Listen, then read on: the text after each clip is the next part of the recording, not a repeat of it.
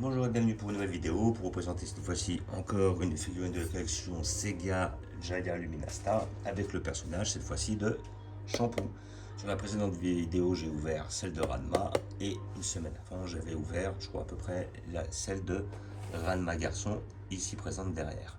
Donc après vous la verrez de plus près mais elle est dans une précédente vidéo. Voilà donc petit diorama intéressant, là on a notre personnage de Shampoo. Voilà donc Shampoo. Figurine aussi que j'ai payé 30 euros, hein, comme la Ranma premier, puis la Ranma fille, c'est à peu près les tarots, faut peut-être la toucher à moins cher. Et comment dire, le personnage de Shampoo, voilà, donc c'était un personnage qui, à l'origine, je crois que ça devait être le plus grand ennemi de Ranma fille, parce que c'était la plus forte, je crois. Et elle était tombée aussi dans une source et elle se transformait en chat. Voilà. Donc après, chacun, ils sont tous tombés dans les sources. Il y en a un qui se transforme en petit cochon, l'autre en chat, l'autre en panda, l'autre en fille. Ils ont tous une petite transformation comme ça. Et à côté de ça, bah, ça restait quelque chose de basé sur le combat, assez loufoque, avec des histoires d'amour. C'était pas mal. Moi, j'aimais bien quand j'étais petit. Ça passait tout seul. Voilà. Et donc après, nous avons le petit diorama avec les deux. Donc les deux, on peut les mettre, comme on peut voir sur la photo, l'une à côté de l'autre.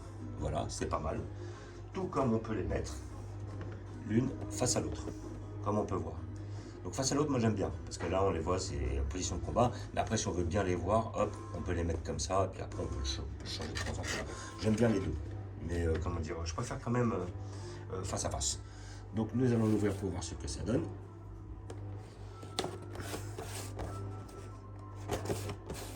Après, voilà. Et c'est à peu près le même design que sur la figurine précédente, car c'est la même chose quoi. Ils ont fait notre personnage, ici présent, tout ça fait notre socle, ici présent. Voilà. Donc, je pense que c'est à peu près la même chose. Voilà. Et après nous avons notre personnage ici, de Shampoo, qui est scotché. Voilà. Et nous avons notre perso ici présent. Voilà. Ça c'est fait, ça c'est fait.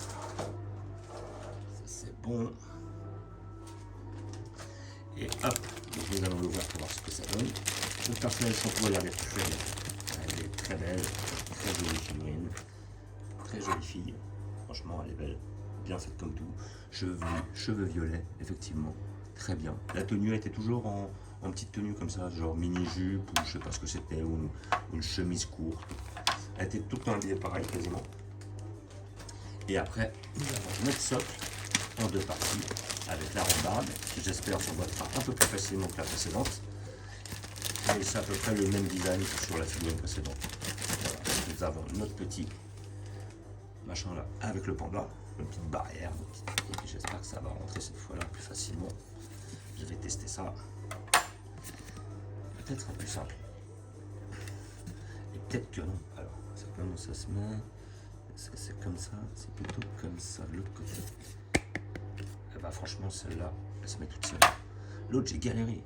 L'autre, j'ai galéré pour la mettre. Celle-là, elle se met toute seule. Donc, ce qui est très bien d'ailleurs. Et notre perso, ici présent, avec son double trou dans le pied, qui arrive pour faire sa pause. Et voilà. Et bah franchement, c'est pas mal. Franchement, j'aime bien. Hop. Notre perso, qu'est-ce qu'il dit? Alors, bon, un sculpte assez basique, voilà, parce que là, mais après c'est vrai que le manga en lui-même n'était pas très détaillé. Les figurines, enfin les dessins étaient quand même assez simples. Bon, j'aimais bien, hein, c'était pas dérangeant parce que le manga en lui-même était assez intéressant. Mais donc, bah, la figurine est fidèle, ils nous ont pas fait quelque chose de trop détaillé pour elle être justement très fidèle au modèle d'origine. Contrairement à Ken le Survivant sur les précédentes vidéos, où effectivement les dessins étaient beaucoup plus travaillés, dessinés, élaborés, et les bonhommes étaient aussi musclés, tout ça et tout. Il y avait plus de détails. Mais là par contre, elle est super bien faite pour l'époque là. Donc là, on a peut-être une petite ligne là, au niveau des cheveux.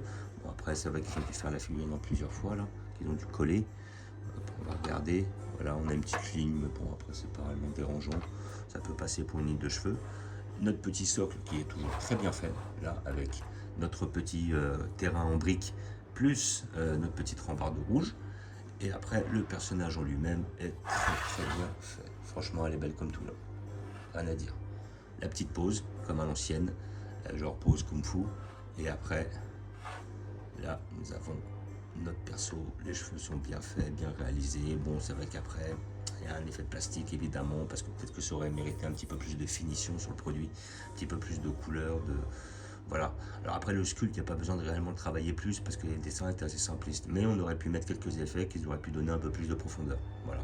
Mais bon, après, c'est que maintenant, beaucoup de figurines à ce tarif-là, il y a une finition qui est quand même assez limite. Mais ça fait toujours plaisir que Luminasta nous fasse des figurines de la collection Ranma &Me, car on n'en a pas eu. Je crois qu'on en a, ouais, comme je disais, on n'en a jamais eu. Les collections, les filles, on les a chez Glitters and Glamours, mais bon, avec des poses un peu plus badass, un peu plus sexy, c'est pas réellement le sculpte d'origine. Et comment dire, là, c'est vraiment des figurines fidèles, et bon, il a quand même fallu attendre 30 ans pour en avoir, quoi. Et après, les autres, peut-être qu'il y avait des résines ou des choses comme ça, mais en PVC, j'en ai jamais vu de qualité, vraiment. Donc sinon le perso est très bien fait, moi je la conseille parce qu'en fait ce personnage tout seul n'apporte pas réellement grand chose à part si les gens étaient vraiment fans. Mais comment dire, la Ranma &Me, voilà, celle-là elle est bien si on a l'autre personnage de Ranma, à moins qu'on kiffe ce personnage là. Mais s'il y a le personnage de Ranma fille avec, c'est terrible. Et là je vais la ramener, donc j'ai réussi à mettre la rambarde, j'ai forcé un peu comme un dératé, mais bon voilà, j'ai joué un peu et j'ai forcé. Et là nous avons nos deux persos. Alors c'est là où ce qui est intéressant, c'est qu'on peut emboîter les trucs. Alors, est-ce que ça s'emboîte comme ça? Moi, j'ai plutôt vu comme ça, en fait. On peut déjà l'emboîter comme ça, si on veut, voilà. Donc c'est bien parce qu'ils ont pensé à tout pour emboîter les deux. Donc là, ça s'emboîte au niveau des briques. Ici, très bien. Ça a été conçu pour. Là, comme on peut voir. Là, c'est bien parce qu'ils ont travaillé avec les briques pour pouvoir, justement... pouvoir incorporer les deux dans deux poses différentes. Là, franchement, ça c'est pas mal, hein, vraiment. Les deux là, avec les petites dalles, comment dire, les petites barrières derrière. Franchement, le petit diorama des deux, il tue. Je pense qu'il est même encore meilleur que celui du Ranma, parce que le Ranma, il n'y a que le tatami avec sa copine à côté. Mais bon, elles font, voilà, séparées, c'est pas dérangeant, c'est pas choquant. Celle-là, par contre, le diorama, il donne. Là, après, je regarde si je les enlève. Parce qu'après, il se fait retirer. Et en plus, on peut les mettre l'une face à l'autre. Les deux s'emboîtent. Et là aussi, ça donne. L'une face à l'autre, comme ça. Franchement, c'est pas mal. Et ça nous fait un petit diorama très sympa pour à peine 60 balles. Surtout après, si on a aimé le manga, franchement, ça donne. Ah, franchement, celle-là, je les conseille. Celle-là même, je pense que ce diorama me plaît plus que celui de Ranma. Mais bon, moi, celui-là, justement, j'étais très intéressé pour ce que je les voulais. Je voulais justement des personnages de Ranma, car c'est une licence que j'ai bien aimée quand j'étais plus jeune. Et c'était peut-être l'un des seuls mangas où j'ai pas encore eu. J'ai réussi à avoir du Dragon Quest, du Ken le Survivant, du Dragon Ball, du Cobra, du Goldorak, du Chevalier Zodiac. Voilà, toutes mes licences. Kenshin le Vagabond, le manga Vagabond, le manga Bastard. Et par contre, voilà, il y a que quelques licences de manga que j'ai fait où il n'y a pas de figurines. Il y avait effectivement Ranma à l'origine. Il y a aussi Gun avec Gali. Sinon, l'autre nom c'est Battle Angel Alita. Ça aussi, justement, j'aurais bien trouvé un personnage, au moins un. Soit avoir la Gali dans le Motorball ou la Gali avec sa tenue de Berserker dans les premiers mangas. Et après, si je peux avoir, justement, comme j'ai vu, là, je fais un petit clin d'œil. C'est vrai qu'ils ont sorti maintenant la 3e saison du manga Free Fight. Là, on m'a offert le premier tome et j'ai pu regarder. Bah, ça a l'air d'être aussi bien comment dire, que la série d'avant, quoi. Alors, je crois que cette série, elle s'est finie il y a peut-être une dizaine d'années. Et puis là, ils ont décidé de refaire des mangas. Pareil pour Dragon Quest. Dragon Quest Quête de Dai, ils ont sorti un manga là dernièrement, peut-être dans les 6 derniers mois, sur en fin de compte la quête d'Aban ou d'Ivan, ça dépend le nom. Et ça se situe à peu près 10-20 ans avant Dragon Quest Quête de Dai. Bon, après celui-là, je pense pas que je lirai parce que bon, là, on revient sur des puissances qui sont beaucoup moins fortes parce que Dragon Quest avec Dai, on avait des bonhommes surpuissants. Donc là, après, il va y avoir une perte de puissance. Mais bon, ce qui est intéressant justement avec le manga Free Fight, c'est que ça reprend après, donc les bonhommes sont quand même sur un très bon niveau. Et j'espère qu'ils nous sortiront des figurines parce qu'on n'en a jamais eu. Voilà, c'est surtout là où je voulais en venir. Donc franchement, là, moi, ce petit diorama, je le conseille. Il est magnifique. Donc figurine de chez Abistyle, voilà. Figurine, pardon, de chez Sega Luminasta, Jaya. Voilà, donc figurine à 30 euros. Moi, je la conseille. Franchement, elle est super belle. elle est mignonne, elle est très représentative, elle est fidèle, elle est bien sculptée. Et puis en plus, ça fait un petit diorama sympa. Si vous êtes fan, franchement, je vous conseille de la prendre. Et j'ai déjà prévu une place, donc je vais la mettre juste à côté de mon raz de marée. Alors, je sais pas, est-ce que je vais les laisser comme ça? Parce qu'après là, je les vois pas. Parce qu'après, vu que je peux pas le mettre en longueur, parce que j'ai pas la place, je vais plutôt les remettre comme ça, l'une à côté de l'autre. Voilà, et en plus ça fait ça, ça s'emboîte, c'est parfait. Comme ça, je pourrais les mettre au fond et je mettrai mon petit raz-de-marée devant. Et ça va péter, ça me fait mon petit coin raz-de-marée. Hop, donc je vais vous montrer où je vais les mettre. Yo, je vais la mettre avec mon raz-de-marée juste là, comme on peut voir. Hop, je vais voir, est-ce que je peux les prendre les deux?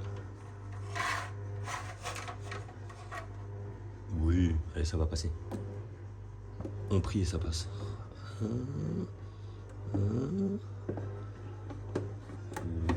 Ouais. C'est juste, ça passe pas.